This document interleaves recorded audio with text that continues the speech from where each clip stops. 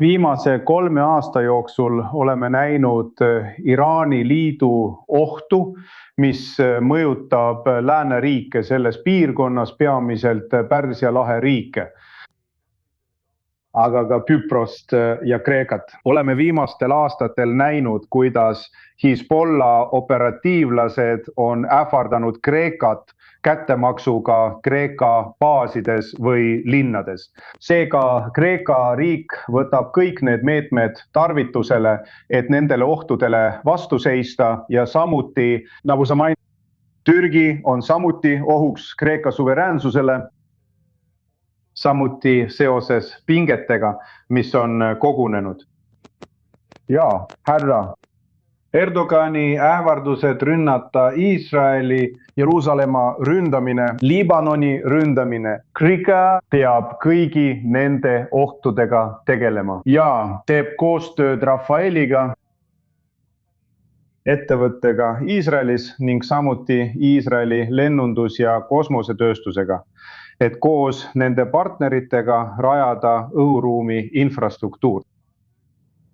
Rakettide, droonide jaoks, samuti koos Patriot rakettide kasutuselevõtuga, mis on juba koos meie USA liitlastega Kreekasse paigutatud, ning rajada infrastruktuur, mis kaitseb Kreekat kõigi nende ohtude ees.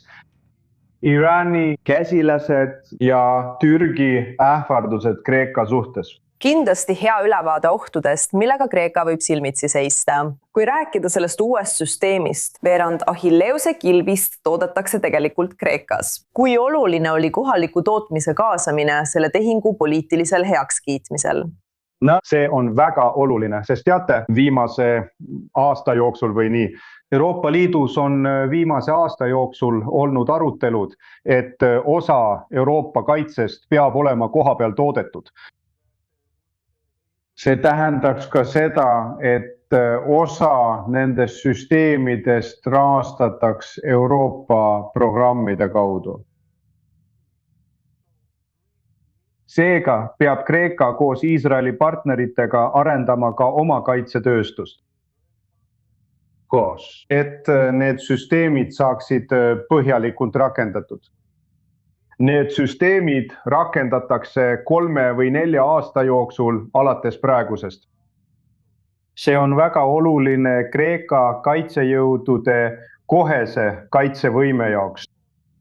Ja mida see üldiselt ütleb Iisraeli ja Kreeka kasvavate suhete kohta kaitse- ja energiavaldkonnas? Kui me võtame Türgi sellest võrrandist välja, ühise niinimetatud vaenlase, kui nii võib öelda, kui püsiv on see partnerlus Iisraeli ja Kreeka vahel ikkagi?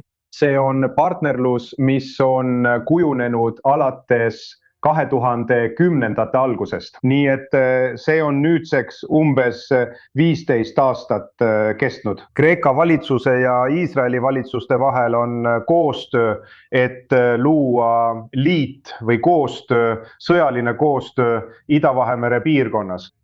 Ja me oleme näinud ühiseid väljaõppeid, ühiseid õppusi Ida-Vahemere piirkonnas. Ja Kreeka valitsus on olnud väga huvitatud skeemi toetamisest, mis hõlmaks ka Iisraeli kaitsejõude Kreeka kaitsedoktriinis. See tähendab, et Ida-Vahemere piirkonnas üldise kriisi korral Kreeka on siis Iisraeli partner ja Iisrael on Kreeka partner. Nii et see kõik on loogiline. Ja kuna Iisraeli tehnoloogiasektor teeb nii palju edusamme raketitõrjes, oli mõistlik anda see leping Iisraeli tööstusele.